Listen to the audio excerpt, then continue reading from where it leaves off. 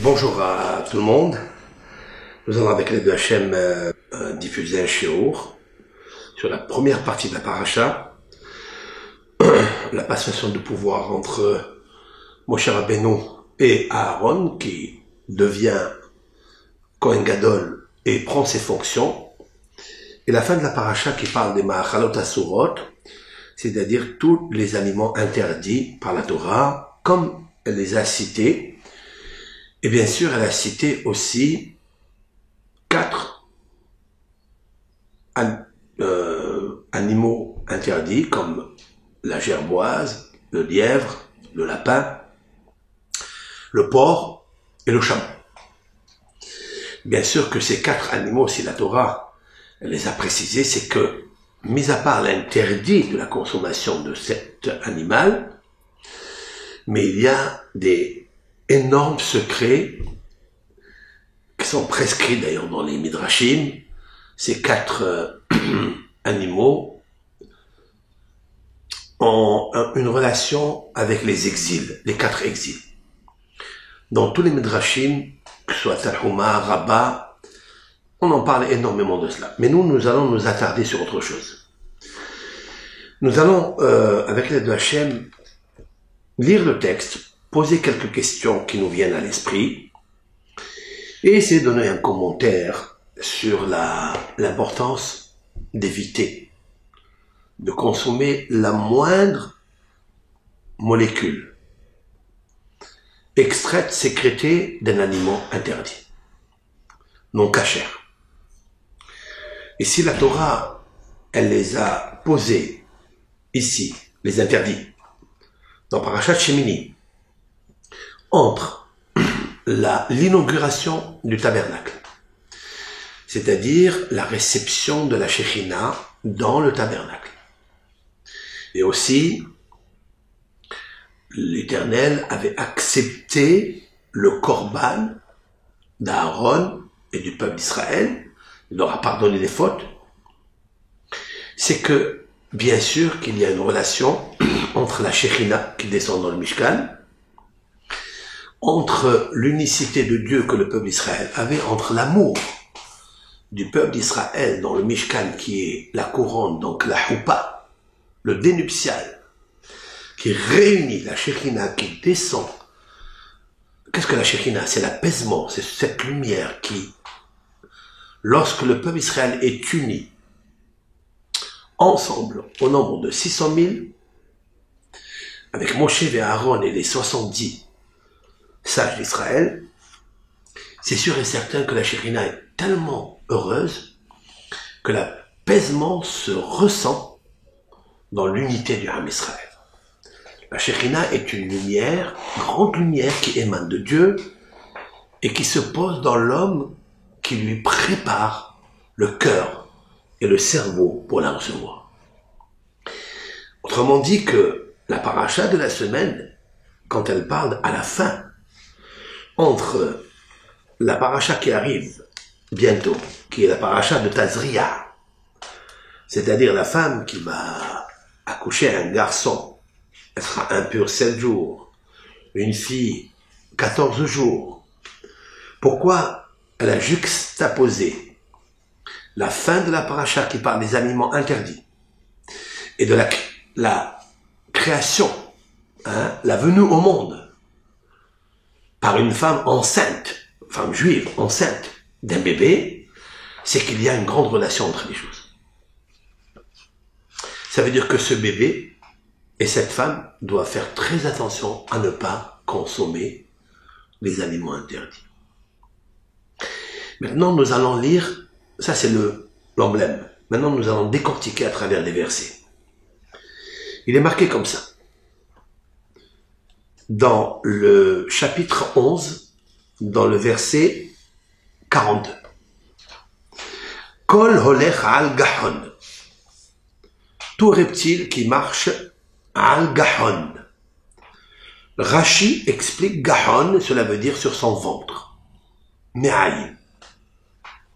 Tout reptile qui marche sur son ventre.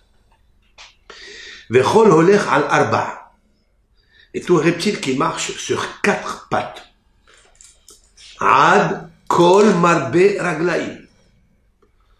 Jusqu'à tout reptile qui a plusieurs pattes. Le chol hacheres hachores ala ares. Tout reptile qui rampe sur le sol. Lo techlum. Ne les mangez pas. Ne consommez pas. Ki shekethem. Parce qu'ils sont exécrables. Ils sont dégoûtants. La Torah a besoin quand même de nous préciser l'interdit de manger quelque chose qui est dégoûtant, même si c'est de facto, qu'on n'en veut pas de cela. Après, il est marqué Al teshaketsu et nafshotechem. Ne dégoûtez pas vos âmes. C'est bien, peut-être que c'est bon. Peut-être les crustacés, les crevettes sont bonnes. Mais il y a une crevasse dans l'âme. L'âme se trouve dégoûtée. Et alors? Nous allons arriver avec l'aide de Hachem de donner l'explication de ce dégoût que la Torah nous avertit, veut nous rendre vigilants de ne pas consommer. Ne vous dégoûtez pas de tout reptile qui rampe sur le sol. Et la Torah, elle vient nous dire quelque chose maintenant à la fin de ce verset, quelque chose d'extraordinaire. Velo tetam ubahe, ne vous impurifiez pas par eux, c'est-à-dire en les consommant. Venit metem bam, parce que vous allez vous impurifier. Et là, il y a d'abord un pléonasme, une répétition de la Torah. Elle n'a pas l'habitude. La Torah est très avare dans les mots, même dans les lettres. Et il y a un nombre de lettres à conserver. Ici, la Torah l'a ajouté presque. Elle nous dit quoi? Velo titam'u. À part que c'est dégoûtant pour l'âme, à part que tu as rempli ton corps de quelque chose de dégoûtant, au moment où tu l'as mangé, c'est dégoûtant. Mais l'âme, elle subit encore un dégoût. Et ce dégoût a des conséquences, des résultantes néfastes pour la neshama qui se trouve dans le cerveau et dans le cœur. Mais la Torah nous dit autre chose. Velo titame ubahem. Ne vous impurifiez pas à cause d'eux. Et elle ajoute, j'ai compris, venit metem bam. Et vous allez vous impurifier à cause d'eux. C'est une répétition. Première question. La deuxième question qu'il nous faut avoir ici, dans notre lecture superficielle, c'est qu'il y a une faute d'orthographe ici. Venit metem bam, normalement venit metem qui vient du mot tum'a, comme il est cité préalablement, lotitameu, le radical du mot tamé, ce sont 3 lettres, tête, même, aleph. Et ça, c'est pourquoi il est marqué velo titameu. Donc on a cité les 3 lettres radicales du mot tamé, impurification, impur.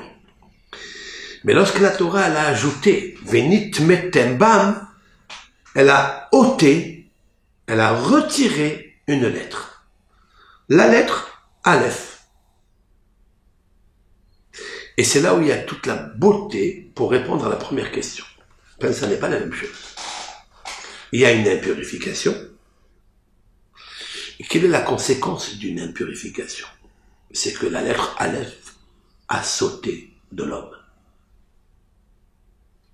Alors pour cela, il y a des ramifications kabbalistiques, allégoriques, allusifs et midrashiques, c'est-à-dire simple. C'est là où on voit que la Torah elle est mina shamayim, que la Torah est dictée par Dieu, par le ciel. Moshe kibel Torah mina shamayim, Sinaï. Et l'Éternel lui a dit, ici tu écris tamé avec tête, même aleph. Et ici tu écris tamé timtum, c'est-à-dire bouché. bouché d'esprit, souillé de l'âme, souillé du cœur. Autrement dit que celui qui mange des aliments interdits va être souillé dans son cœur. On va expliquer tout cela. Venit metem bam. Et la Torah ajoute dans le verset 44. Ki ani Hashem Elohechem, car je suis l'Éternel, votre Dieu. Veit kaddishtem, sanctifiez-vous, veitem kedoshim, et soyez saints. Là aussi, c'est un pléonasme. Veit kaddishtem, je suis, c'est-à-dire, sanctifiez-vous donc. Quelqu'un qui se sanctifie, ça veut dire quoi? Qui se sépare de ces aliments interdits. Veitem kedoshim, vous devenez saints. Et il ajoute, Akadosh Baruch Hu ajoute à Moshe Rabbeinu de nous dire, et nous avons lu ça Shabbat, Ki kadosh ani, car je suis moi saint. Là, je fais une remarque. Veitem kedoshim, vous soyez saints. Le mot kedoshim, le premier, il est ôté de la lettre vav. Il n'y a pas la lettre vav. Ki kadosh ani, car moi je suis saint. Le mot kadosh obtient la lettre vav. Pourquoi? Lorsqu'il s'agit de notre sanctification, elle est privée d'un vav. Et lorsqu'il parle de la sanctification de Dieu, il est rempli de la lettre vav. Là aussi, il nous faut comprendre. Et il dit à Kadosh Baruch Hu, Velo tetameu et nafshotechem. N'impurifie pas vos âmes. Bechol hacheres aromes ala ares. Tous les reptiles, et là, il change le texte, il dit romes. C'est aussi ramper. Mais il a dit cheres hachoretz.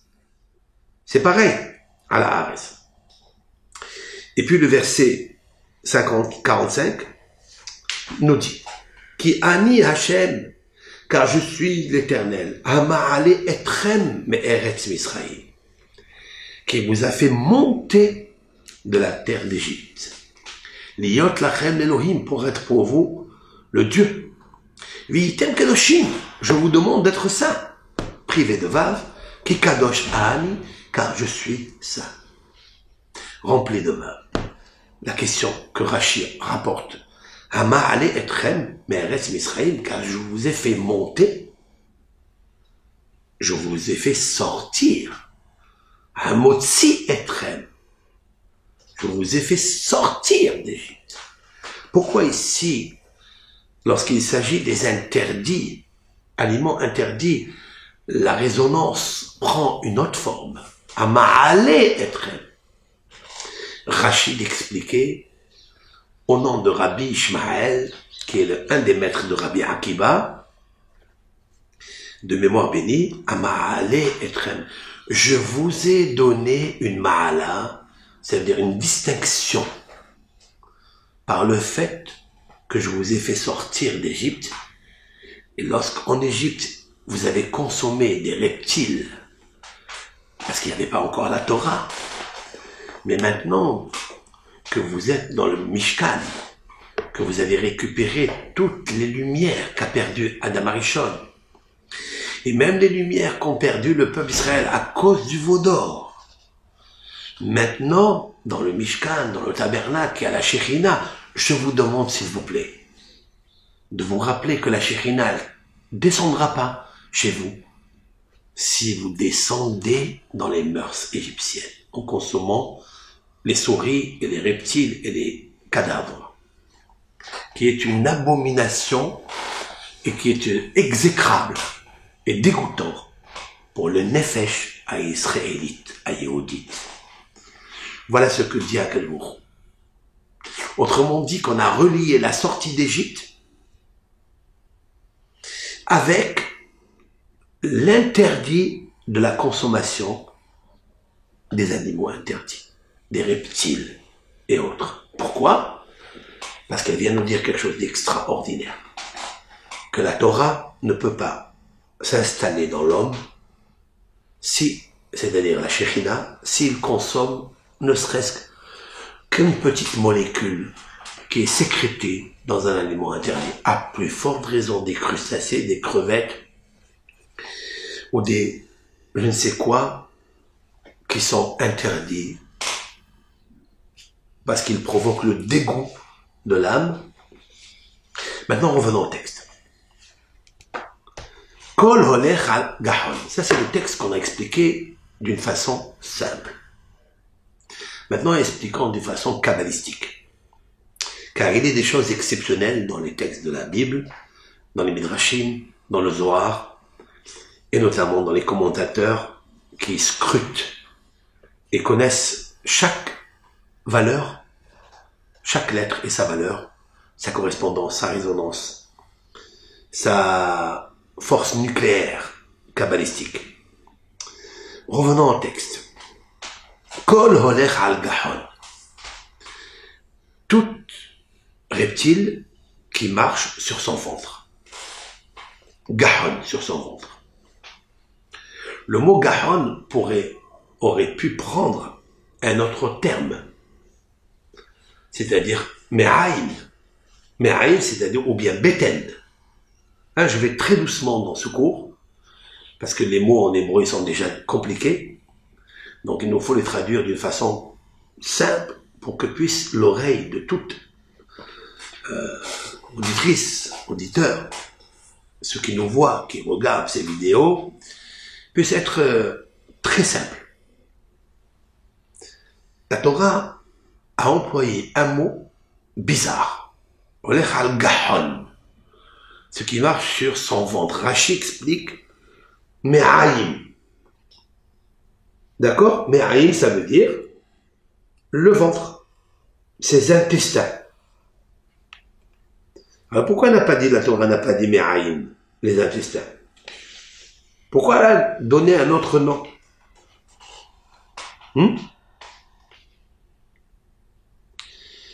Rashi explique. Holech al gahon ze nahash. Celui qui marche sur son ventre, c'est nahash. C'est-à-dire c'est le serpent. Mais la shon gahon shehia explique le terme du langage gahon. Cela veut dire celui qui est agenouillé. Celui qui se prosterne à terre. Pourquoi? C'est celui qui rase la terre et qui marche avec ses intestins. Reprenons l'histoire de la Bible, et c'est là qui est extraordinaire, c'est là qui est beau. Le serpent avait des pattes, avait des pieds. Il était debout comme un être humain. Bon, il était bien sûr spirituel. C'est un ange. Mais qui marchait sur ses pieds et qui touchait avec ses mains. Il était donc ce qu'on appelle debout.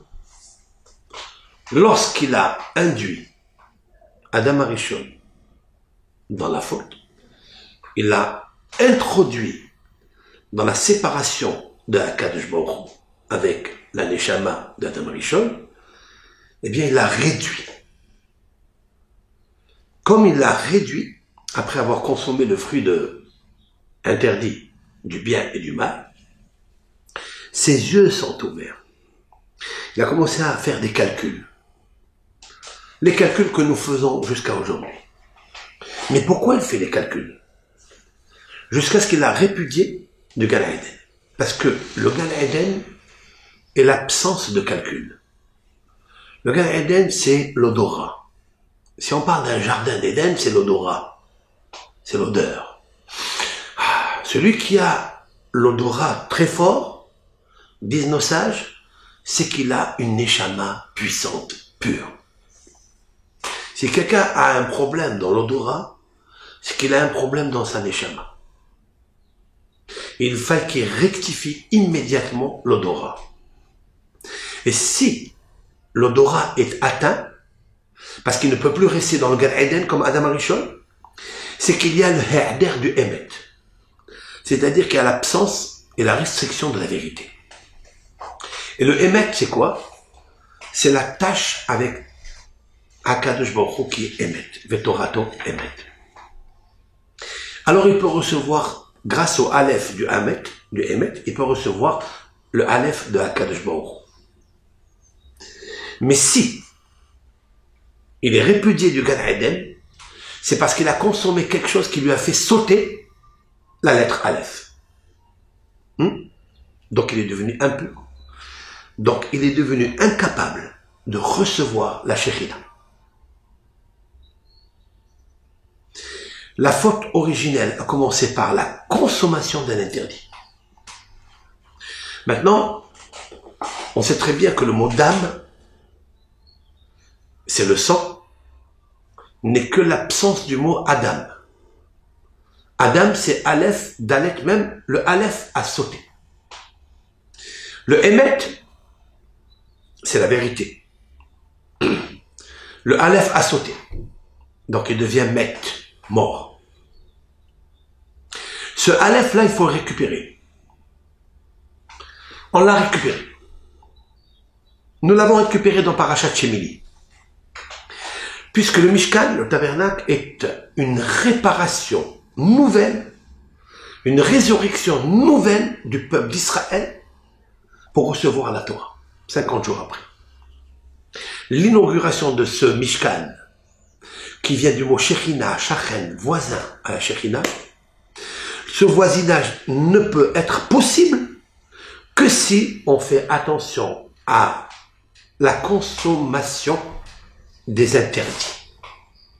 C'est pourquoi, ici, et c'est là où il y a toute la beauté, Kol Holech al Gahon, tous reptiles qui marchent, qui rampent sur son ventre, c'est le Nahash. Mais nous allons dire quelque chose. Si vous regardez le mot Gahon, dans la Torah, le mot Gahon, le Vav, la lettre Vav est grande et elle est debout. Dans le Sefer Torah, Hakadosh Baruch Hu a dit à Moshe Rabbeinu, lorsque tu arrives ici, à ce passage, dans le chapitre 11, verset 42, je voudrais que tu mettes ici un Vav grand et bien debout. Pourquoi faire? Parce que tu devras compter depuis Bereshit, le bête de Bereshit, c'est-à-dire la création, jusqu'à ce mot, c'est-à-dire à la lettre Vav, et compter les lettres qu'il y a de là, de Bereshit, jusqu'à Gahon, c'est-à-dire le serpent.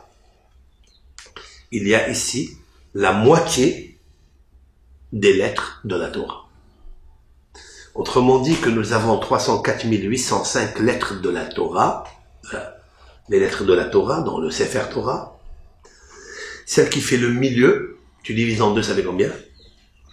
Celle qui fait le milieu, en live, 304 805 lettres. J'ai toujours dit à un même loto, j'ai dit que pour se rappeler des 304 805, pour piger, pour le comprendre, se rappeler, il y a toujours les voitures Peugeot, Peugeot, 304 et 805. C'est la 152 403e lettre. Combien? 152 403e lettre. 403e lettre, il doit avoir une signification énorme. 152 403, c'est magnifique. Il doit y avoir une signification énorme que j'ai pas encore cogité, mais ça va venir. Ensemble, en live comme ça, en direct, c'est bien de le faire. Donc 152 403e lettre, c'est la lettre Vav, du mot Gahon, c'est-à-dire le serpent. Celui qui rampe sur ses pattes. Pourquoi il rampe sur ses pattes?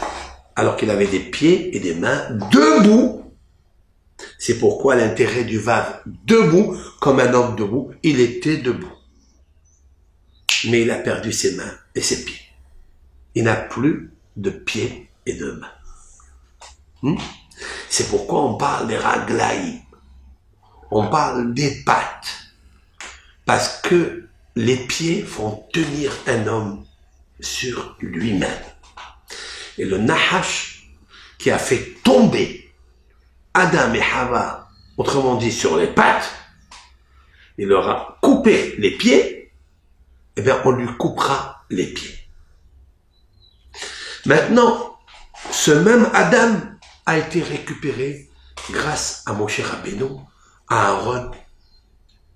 Et c'est peut-être pourquoi le petit Aleph du livre Vaïkra, Hachem, Vaïkra El Moshe, Vaïdaber Elav, Me'oel El Moed, le petit Aleph de Vaïkra, c'est pour nous rappeler que nous avons récupéré le Aleph.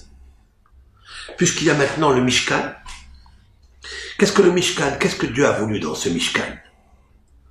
Eh bien, nous avons déjà cité ce que Rashi dit au nom de la Gemara dans le traité Shabbat 87b, que l'Éternel était joyeux, si l'on peut dire ainsi, lors de l'inauguration du Mishkan, comme la joie qu'il avait lorsqu'il a créé le ciel et la terre. Donc on revient à Brishit avant la faute, dans sa pure procréation, création, formation, construction, où l'Éternel était le summum de la gloire, où Malchuto Bakol Machal, tous les êtres animaux avant l'être, et avant la 3e heure de sa naissance à l'homme, avant de fauter, il y avait Kol Sasson, ve Kol Simha, Kol Hatan, ve Kol Kala, Kol Omrim, Hashem Sevakot. Tous les êtres, les animaux, les cosmos interplanétaires disaient Hodou Hashem Sevakot. Remercions Hashem, le roi des armées.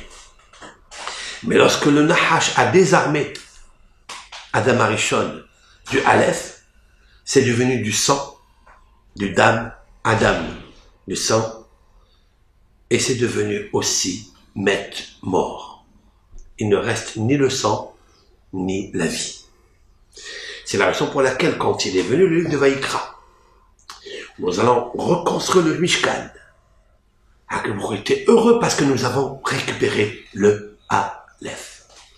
Et voilà pourquoi peut-être une note kabbalistique, ça sera Aaron qui servira dans le temple et pas Moshe.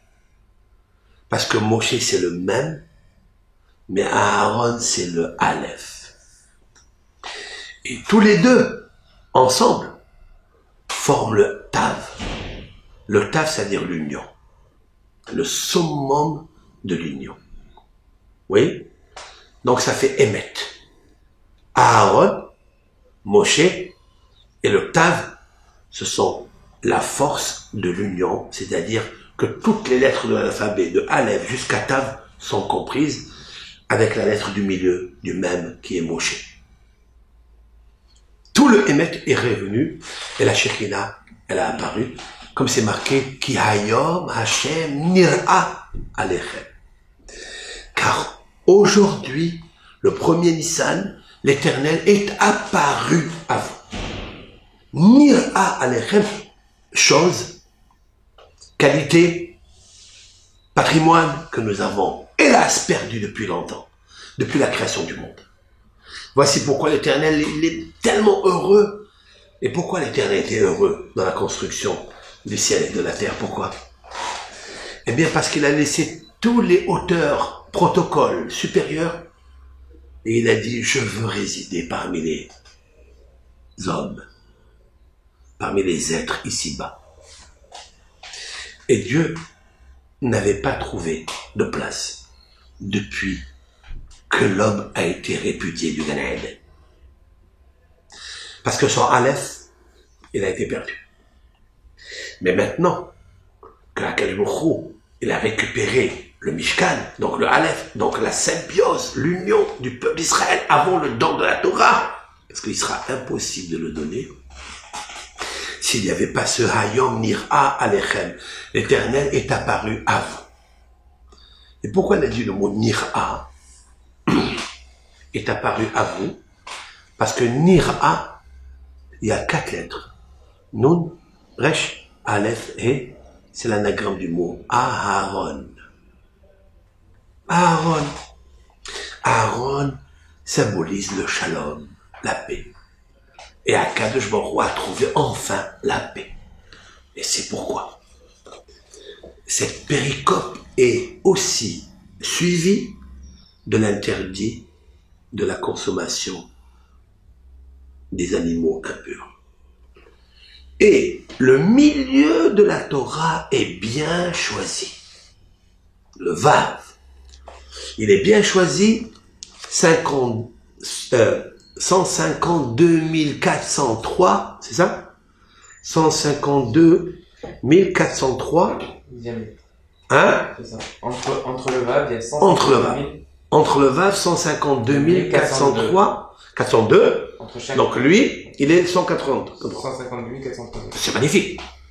Ça veut dire que, attention, tu risques de revenir encore à l'état. C'est pour ça que Dieu il te dit, attention, je vous ai fait sortir d'Égypte. Parce que je vous ai ramené pas seulement de la sortie d'Égypte.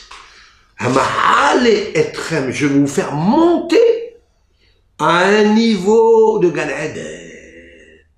La sortie d'Égypte n'est qu'un moyen de vous faire monter très haut jusqu'à Maaseh Bereshit. Oui.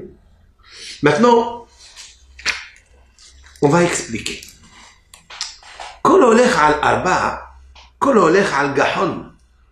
Toute personne, maintenant je vais faire une allusion dans le texte.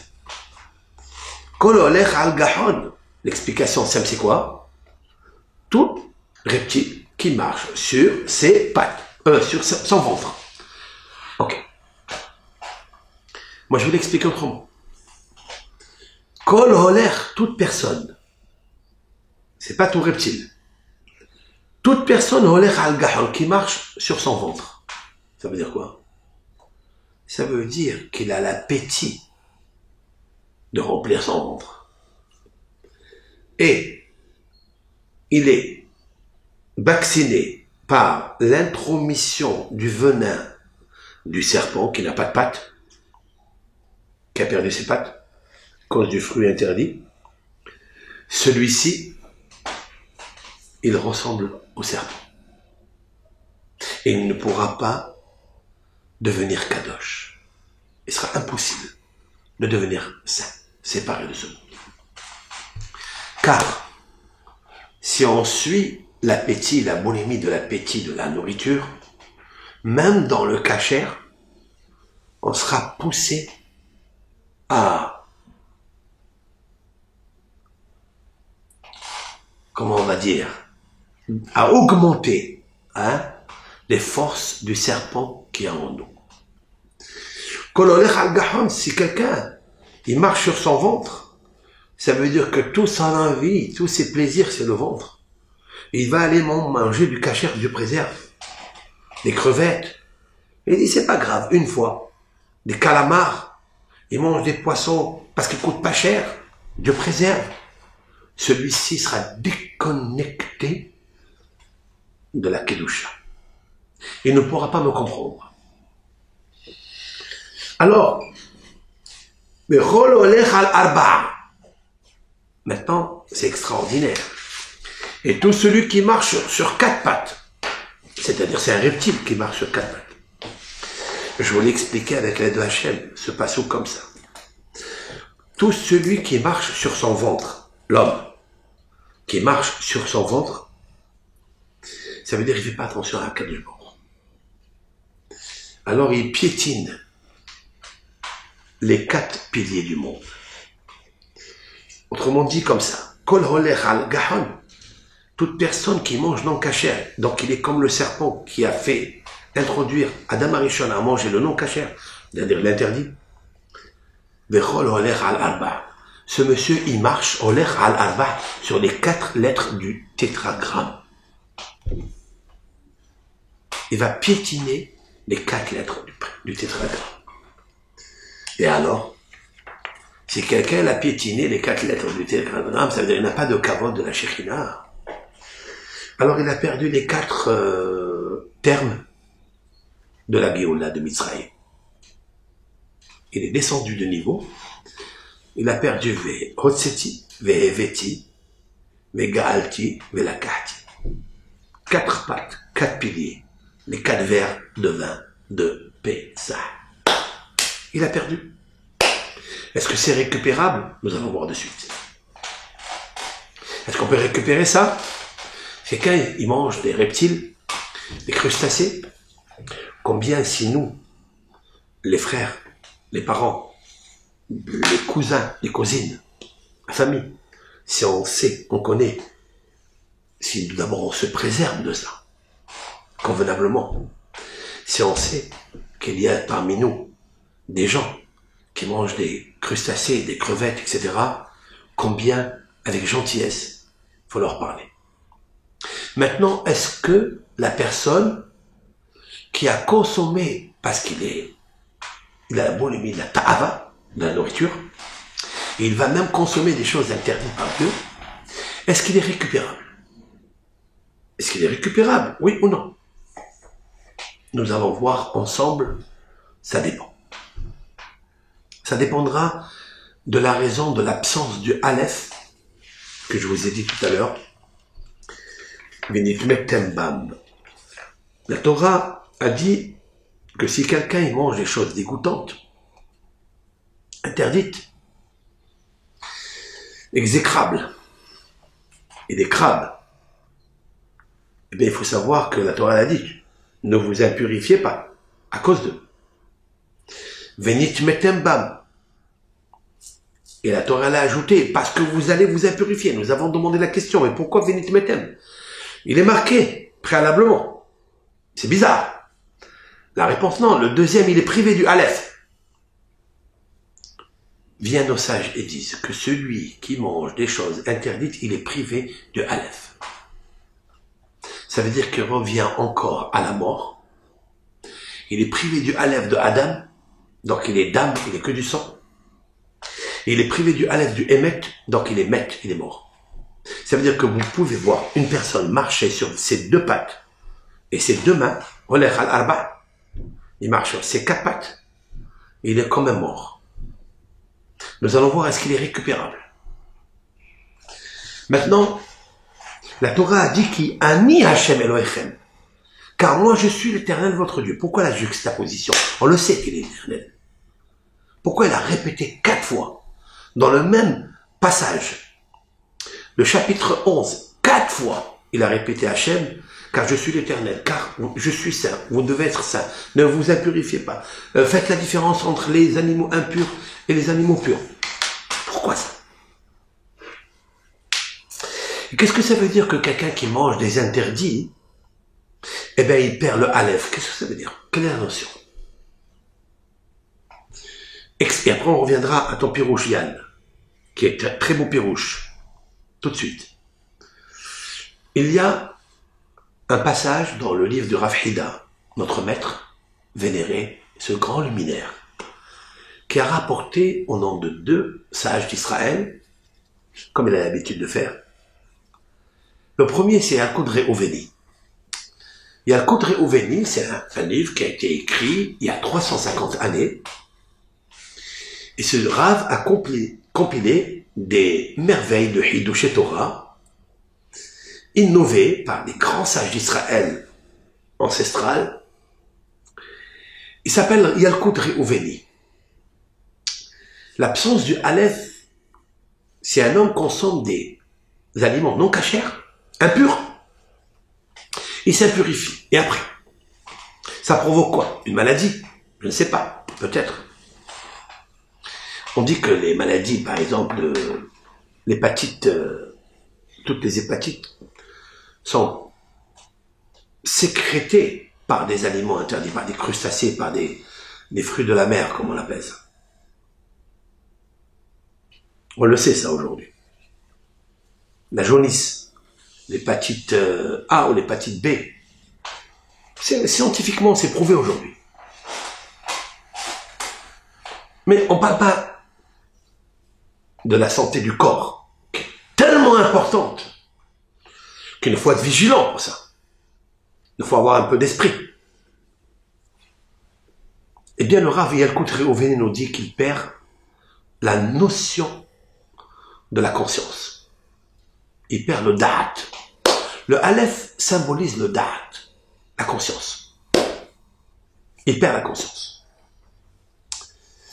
Je vais rapporter quelque chose pour, dit le Hida, pour argumenter ce que dit le Yalkut Reuveni. Qu'est-ce que veut dire perdre la conscience?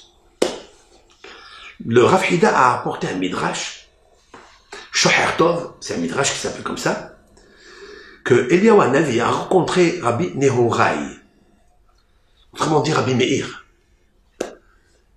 Et Rabbi Nehorai lui demande à Eliyahu Hanavi, Rav, pourquoi l'Éternel a créé les reptiles si dégoûtants? Pourquoi il les a créés? Pourquoi il en parle dans la Torah?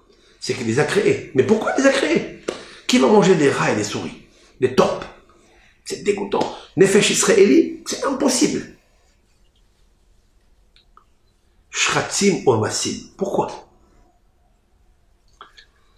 Alors il lui a dit, ben, il les a créés, c'est sûr et certain, pour un besoin. Il dit, mais quel besoin? On n'a pas besoin de ça, pour nous l'interdire. Alors Eliyahu Hanavi lui dit comme ça. Il lui dit, c'est parce que tu aimes l'homme. Ah bon?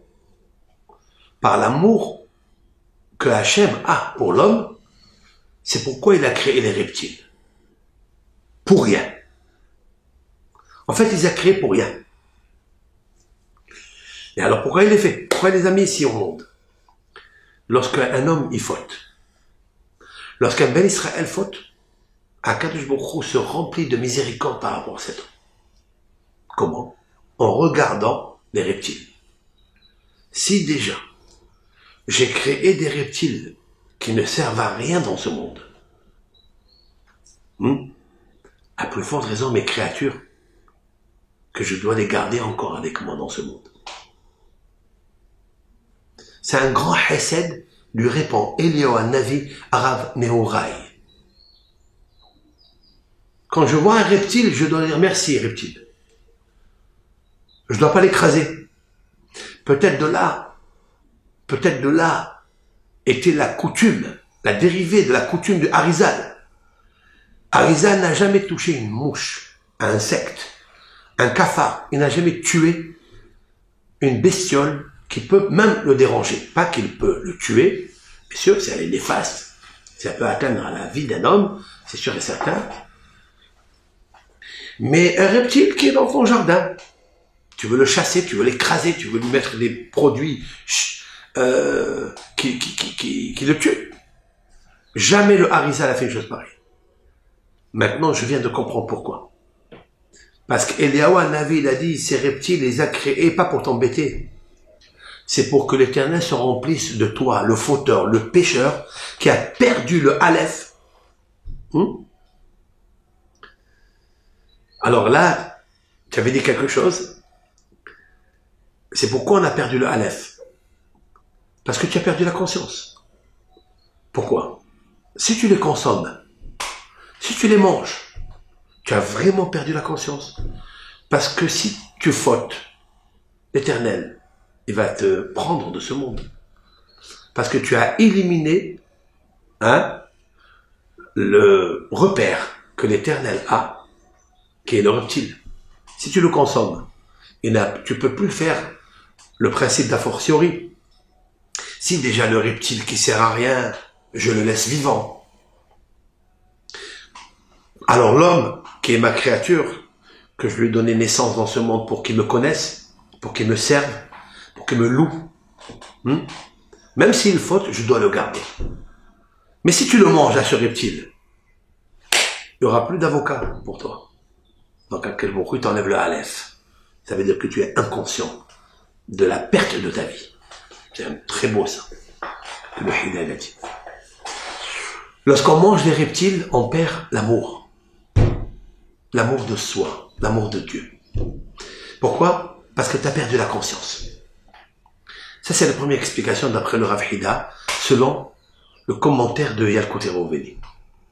Le Rav Hida a apporté un autre maître, qui n'est pas moins que celui qu'on appelle Rabbeinu Behaye, grand Hacham d'Israël, qui a écrit son livre intitulé Rabbeinu Behaye, qui a vécu au XIVe siècle, début XIVe siècle.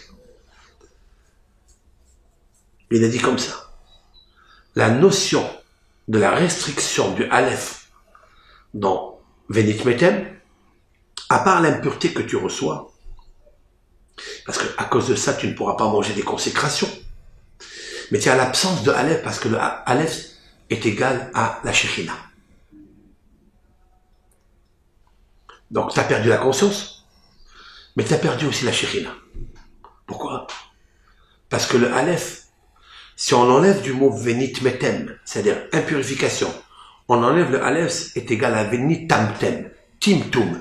Timtum, ça veut dire bouché. Tu as le cœur bouché. Et si tu as le cœur bouché, la Shekhinah ne peut pas descendre dans un endroit impur. C'est impossible. Donc tu as perdu la Shekhinah. Tu as perdu le Aleph de l'amour. Tu es revenu où? À la première faute originelle du serpent. Voilà pourquoi la Torah est supérieure à toutes les sciences exceptionnelles. Ce qu'elle dit la Torah ici. Elle est la lettre qui symbolise dans le mot Gahon, qui veut dire le serpent qui marche sur son ventre. Parce que à cause de la faute originelle, l'homme a commencé à manger des choses interdites. Et il a fait évacuer la Shekhinah de son Gan Eden à l'intérieur de lui. Parce que qu'est-ce que la Shekhinah? La Shekhinah est un apaisement. Un cœur qui est tendre. Un cœur qui est amoureux des autres. Un cœur qui est amoureux des créatures. Et qui est tov, qui est complet, parfait. Alors, il est relié avec Akadosh Baruch Hu. Ça veut dire que Akadosh Baruch Hu, il a un endroit, une maison, où descendre. Si Akadosh Baruch Hu, il a créé le Mishkan, c'est pour descendre ici-bas. S'il a créé le ciel et la terre, c'est pour qu'il descende sur la terre. Mais il nous a demandé de ne pas l'évacuer du Gan Eden que nous sommes, à cause des consommations des reptiles. Alors à ce moment-là, tu marches sur les 4 lettres de Dieu. Et si quelqu'un marche sur les 4 lettres de Dieu, alors il marchera sur plusieurs pattes, comme c'est marqué. Al kol marbe raglaim, il arrivera à marcher sur tous les pattes. C'est-à-dire, il va consommer toutes les choses interdites. Ça veut dire quoi? Les aliments interdits, les femmes interdites, la débauche sexuelle, la prostitution. Il peut tout consommer. Pourquoi? Parce qu'il n'aura plus de conscience. Et il n'aura plus la Shekhinah qui va lui donner l'apaisement, celle qui nous comble de bonheur, et qu'on n'a pas besoin d'aller chercher des vergers étrangers, des plaisirs interdits. Vous comprenez? C'est ça qui kadosh ani Hashem Elokechem. Ici, la Torah l'a répété 4 fois. Et pourquoi 4? Parce que n'oublie pas les 4 espèces que j'ai citées dans la Torah. La gerboise, le lièvre, le chameau et le porc. Parce qu'il y a ici dans la résonance des mots, arba. Si quelqu'un il consomme des fruits interdits, des aliments interdits de la mer, des fruits de mer, des steaks de la mer, hein, les escargots, je ne sais quoi, et bon, il faut qu'il sache que il consommera le lièvre, il consommera le chameau, il consommera le porc, le jambon de porc, obligé. Il boira du vin non cachère. Et s'il boit du vin non cachère, c'est sûr et certain qu'il commettra l'adultère avec des femmes interdites, que ce soit des juives ou des non-juives. C'est sûr. Est-ce qu'il est récupérable? Le Rav Hida dit quelque chose d'exceptionnel. Ça dépend de la raison qu'on a donnée. Pourquoi le Aleph, il a sauté. Si le Aleph désigne l'inconscience, ça veut dire que il est inconscient aujourd'hui, mais il peut rendre les choses conscientes. Comment on sait qu'un homme il est inconscient? C'est qu'il est triste, qu'il a perdu la joie. Il ne sait pas comment récupérer la joie. Eh bien, si il a perdu que la joie, il y a des actions que l'on peut faire pour ramener la joie. Des actions de mitzvah, bien sûr. Mais si la raison de la restriction du Aleph désigne qu'il a perdu la Shekhinah, ça sera, je dis, le Rav Hida a dit qu'il est impossible de le récupérer. Ça veut dire totalement quoi. Il ne peut pas redevenir à ce qu'il était avant, parce qu'il a perdu la Shekhinah. Autrement dit qu'il a perdu le Aleph de Dieu, puisqu'il a piétiné sur Dieu, sur les 4 lettres de Dieu. Alors, Yann, tu as ajouté quelque chose de magnifique. C'est ce que le texte nous dit. Olech al-arba. Arba. Si quelqu'un consomme l'interdit parce qu'il aime le ventre, il aime remplir son ventre de n'importe quoi, alors il marche sur Arba. Arba, Aleph, Resh, Bet, Aïn. Aleph, Avar. Aleph, Avar. Le Aleph s'en va. Il se sauve. C'est beau, c'est magnifique. Olech al-arba. Il y a la lettre Aleph, il reste les lettres Resh, Bet, Resh et Aïn, Avar. Avar, ça veut dire, c'est le passé. Le Aleph est parti. Il est passé. Il te quitte. C'est très bien. Magnifique. Et d'où on sait que quelqu'un qui consomme des interdits, dans la réalité, où nous avons vu qu'il a perdu complètement l'esprit et la Shekhinah, d'où on le sait, eh bien on le sait de la maman de Elisha ben Avouya. Dans le traité Hagiga, la Gemara nous raconte quelque chose d'exceptionnel. La maman de Elisha ben Avouya. Qui est Elisha ben Avouya? Grand sage d'Israël. Ce n'est que le maître de Rabbi Meir Baal Hanès. Seulement. Rabbi Meir Baal Hanès avait un maître qui s'appelle Elisha ben Avouya, fils de Avouya. Cet enfant-là a grandi dans la Torah, est devenu suprême, connaissance exceptionnelle, attachement à Hachem extraordinaire. Ce Rav et d'autres, comme Ben Azaï et Ben Zoma, ont voulu pénétrer le Pardès, c'est-à-dire connaître les secrets du carrosse céleste. Tout le système kabbalistique, séphirotique, dans sa grande lumière. Il y avait donc Elisha, il y avait Ben Azaï, Ben Zoma et Rabbi Akiva. Ils sont montés dans le ciel, leur neshama, avec un code mystique, Shema Meforash. Ils sont montés. Il y a 3 qui sont tombés malades.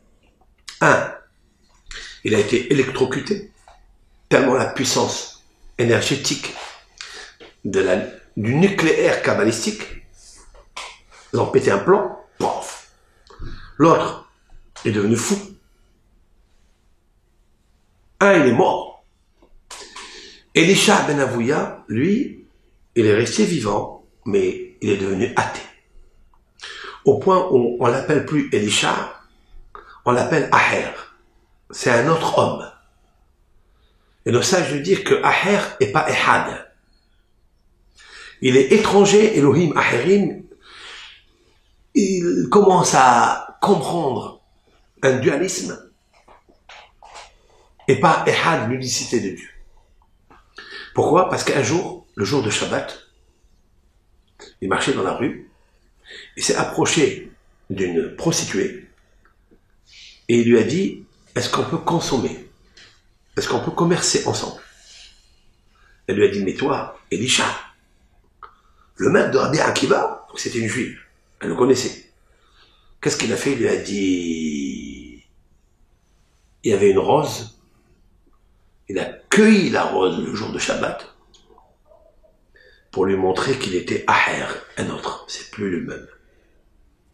Autrement dit que le Shabbat désigne le Ehad, Hachem, lui, s'est révolté sur la parole de Ehad, de Hachem. Donc le Dalet de Ehad s'est transformé en Resh de Aher. Et pourquoi tout cela? Raconte la Gemara que sa maman, quand elle était enceinte de lui, elle est passée devant un endroit où il préparait un plat pour la Avodah Zara, pour l'idolâtrie, comme un sacrifice pour l'idolâtrie, et elle a senti l'odeur de ce plat, elle s'est approchée de cela, et elle leur a demandé de lui donner un petit bout.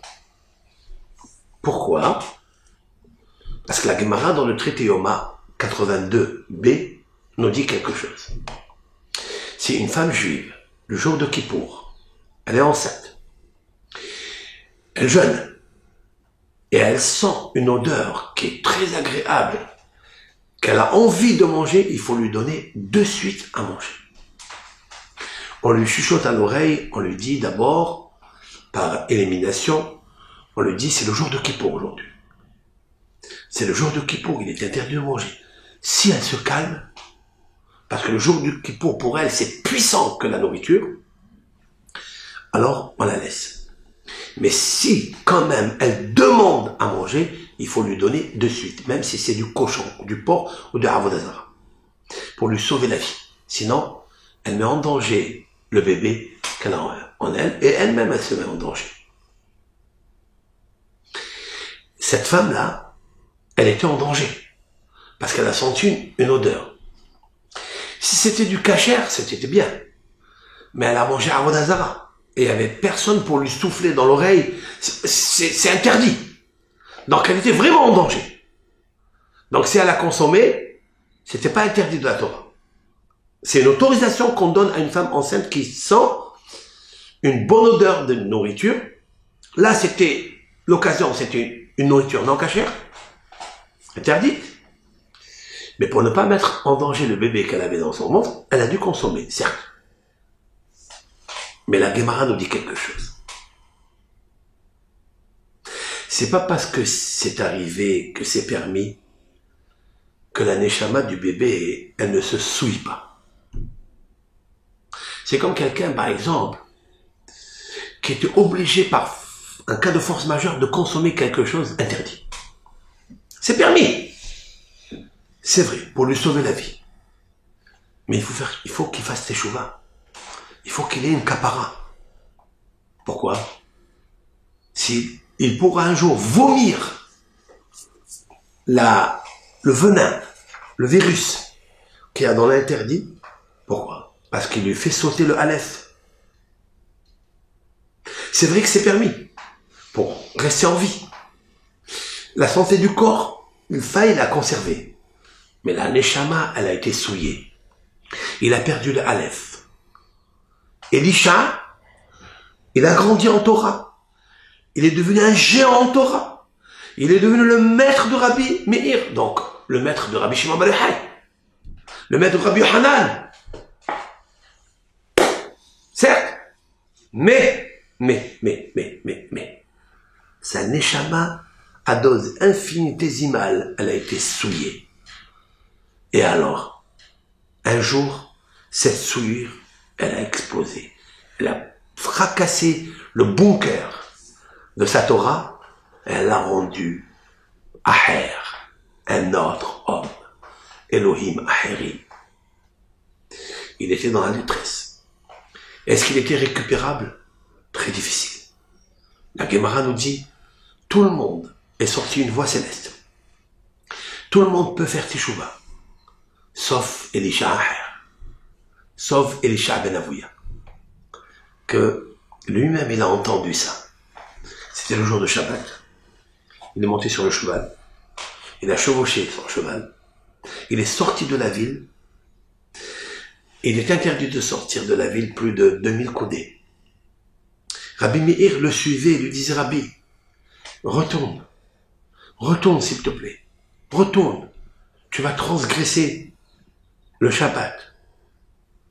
Et et son maître, Elisha, il lui dit, j'ai compté les pas du sabot du cheval, j'ai déjà dépassé les 2000 coudées. Vous imaginez un peu le savant que c'était. Au moment où il chevauchait, au moment où le cheval marchait, Elisha ben Avouya, pardon, pas Rabbi, on ne l'appelle plus Rabbi aujourd'hui. Elisha, Aher, cet homme étranger aujourd'hui à Dieu, étranger au peuple d'Israël, pour l'instant. Nous allons voir comment il a été récupéré.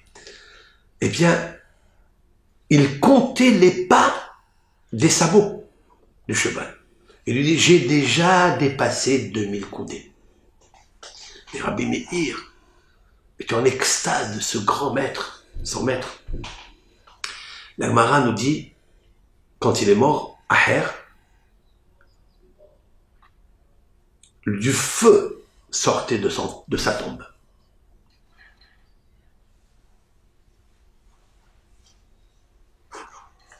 Enfin, du feu, de la fumée sortait de sa tombe. Cette fumée, explique Rashi et les commentateurs, c'est la fumée du Gehinam.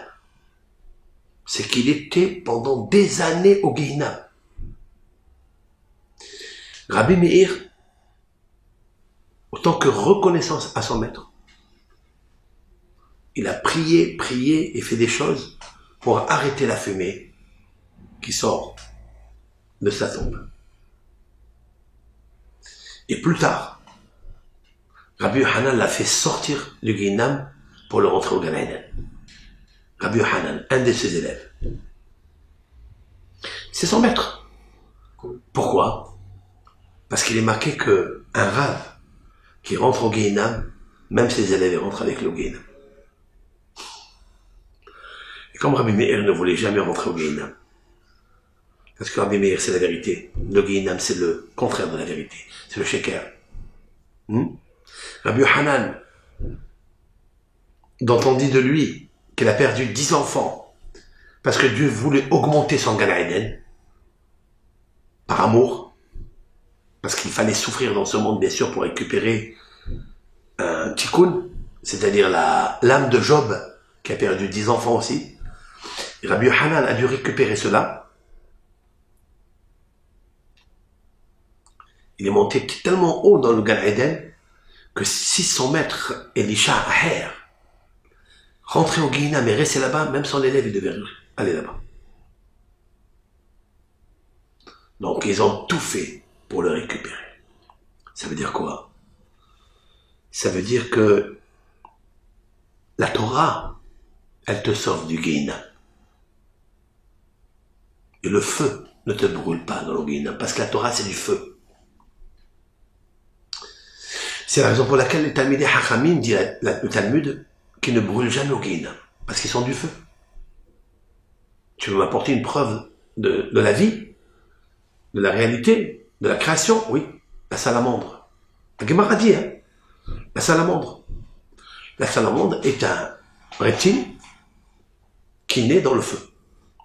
Explique Rashi, si on prend un four, on l'alimente pendant 7 années, il sort une salamandre, des cendres.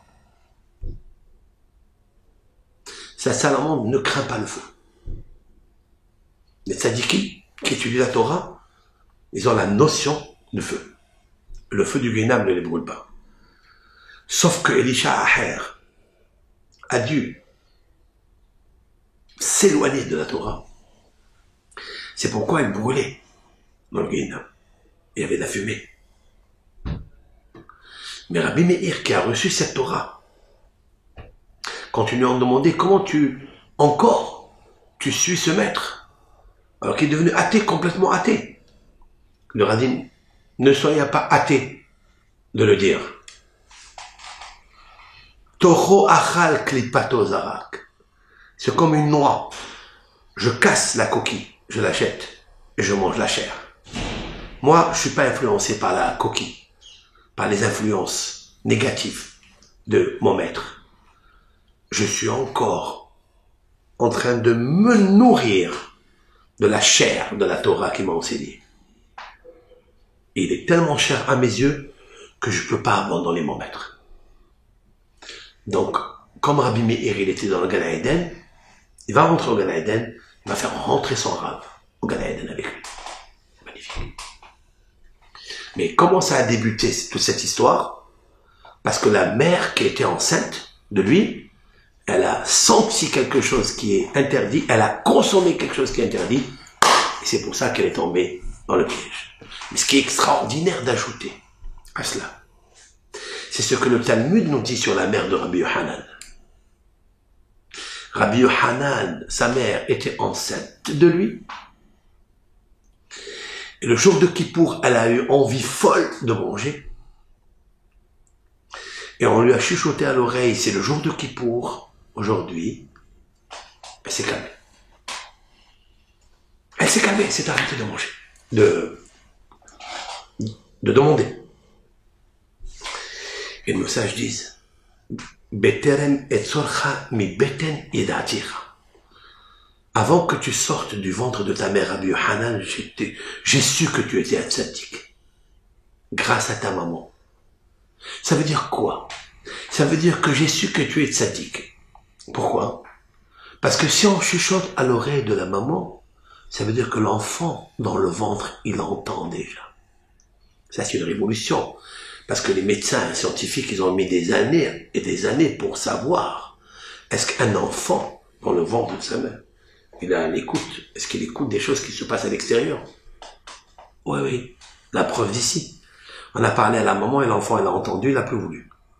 Parce que si la maman, elle a envie, c'est que l'enfant a envie. Puis c'était le jour de Kippour, alors qu'il est encore nourrissant.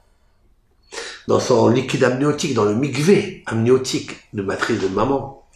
Mais comme sa neshama a été pure, déjà, il a dit, je veux plus. C'est le jour de Kippour. Donc j'ai entendu que c'est interdit.